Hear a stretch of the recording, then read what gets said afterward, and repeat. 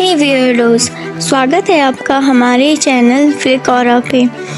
और आज हम एक ऐसे टॉपिक पर बात करने वाले हैं जो सिर्फ एक इन्वायरमेंटल इशू नहीं, एक ग्लोबल क्राइसिस बन चुका है। आपने कभी सोचा है कि जो रंग बिरंगी तितलियां बचपन में हमारे आसपास उड़ती थी, आज वो कम क्यों दिखती है? क्या आपने नोटिस किया है कि नेचर कुछ कह रहा है पर हम इग्नोर कर रहे हैं? एक लेटेस्ट स्टडी के मुताबिक सिर्फ अमेरिका में ही बटरफ्लाई पॉपुलेशन 22% गिर चुकी है और ये डिक्लाइन अभी भी रुक नहीं रहा। आज हम जानेंगे बटरफ्लाइज की घटती संख्या का असली वजह क्या है। अगर ये एक्सटेंशन की तरफ बढ़ती गई तो हमारे लिए क्या डेंजर है। तो वीडियो को अंत तक ज़रूर देखिए, क्योंकि जो हम आज करेंगे उस पर हमारा फ्यूचर काफ़ी डिपेंड करेगा। एक वक्त था जब बिलियंस ऑफ बटरफ्लाइज दुनिया भर में फ्रीली फ्लाई करती थी, लेकिन पिछले 20 सालों में इनका पॉपुलेशन रैपिडली डिक्लाइन हुआ है। स्टडी के मुताबिक 2000 से 2020 के बीच में बटरफ्लाइज स्पीसीज 13 गुना ज्यादा गिर रही है। समझिए कि हर एक नई बटरफ्लाई स्पीसीज के बढ़ने पर 13 प्रजातियां एक्सटिंक्ट हो रही है। लेकिन ये हो क्यों रहा है? पहला रीजन है climate change. Global temperature rise से बटरफ्लाइज के नेचुरल हैबिटेट या तो सूख रहे हैं या ज्यादा बारिश से खराब हो रहे हैं। दूसरा रीजन है हैबिटेट डिस्ट्रक्शन। डिफॉरेस्टेशन और लैंड यूज चेंज से बटरफ्लाइज के ब्रीडिंग और फीडिंग एरियाज कम हो रहे हैं।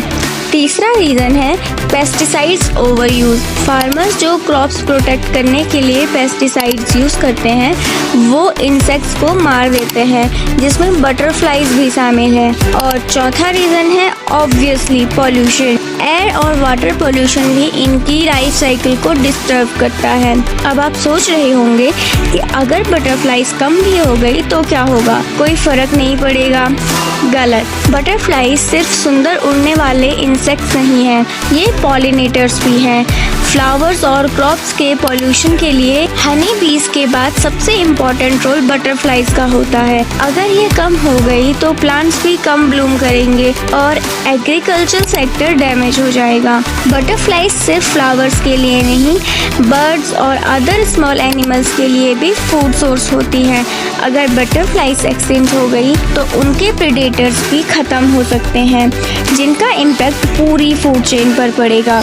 नेचर एक बैलेंस मेंटेन करती है। अगर किसी एक स्पीसीज का एक्सटिंक्शन होता है तो दूसरी स्पीसीज भी इफेक्ट होती है, और बटरफ्लाइज के साथ यही हो रहा है। लेकिन ये सिर्फ एक वार्निंग नहीं, एक अपॉर्चुनिटी भी है। अगर हम अभी एक्शन लें तो इस इशू को कंट्रोल किया जा सकता है। अगर आपके पास गार्डन या बालकनी स्पेस है तो आप मिल्कवीड, लेवेंडर और सनफ्लावर्स जैसे प्लांट्स उगा सकते हैं जो बटरफ्लाइज को अट्रैक्ट करते हैं। ऑर्गेनिक फार्मिंग और पेस्टिसाइड फ्री गार्डनिंग प्रमोट करना जरूरी है। फार्मर्स और गवर्नमेंट को ये इनिशिएटिव लाना चाहिए।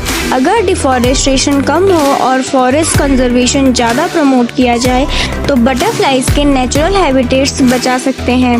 जितना ज्यादा लोगों को इस इशू के बारे में पता होगा, उतनी जल्दी सॉल्यूशन इम्प्लीमेंट हो सकती है। अब बात सिर्फ स्टडी और डाटा की नहीं, बल्कि एक्शन की है। क्या आप बटरफ्लाइज को बचाने में मदद करना चाहेंगे? कमेंट्स में लिखिए। और अपने एरिया में बटरफ्लाई कंजर्वेशन के लिए क्या कर सकते हैं? लाइक करें अगर आप भी नेचर को सपोर्ट करते हैं। शेयर करें ताकि ज़्यादा लोग इसके बारे में जानें। सब्सक्राइब करें ऐसे ही इंफॉर्मेटिव और इम्पैक्टफुल वीडियोस के लिए।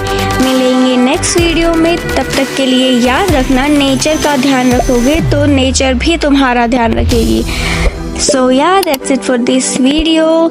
मिलते हैं next day. Curious, keep exploring.